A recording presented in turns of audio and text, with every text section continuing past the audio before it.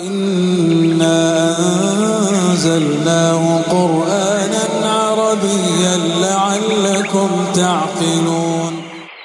إن المتقين في مقام أمين في جنات وعيون يلبسون من سندس وإستبرق متقابلين كذلك وزوجناهم بحور عين يدعون فيها بكل فاكهة آمنين لا يذوقون فيها الموت إلا الموتة الأولى ووقاهم عذاب الجحيم فضلا من ربك ذلك هو الفوز العظيم.